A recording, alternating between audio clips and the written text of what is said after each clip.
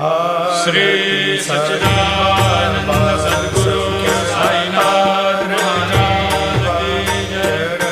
जोडूनिया कर चरणी विना माथा परिसावी विनंती माझी पंढरीनाथा। असो नसो भाव तुझिया ठाया कृपा दृष्टी पाहे मजकडे सद्गुरु राया। अखंडित सावे ऐसे वा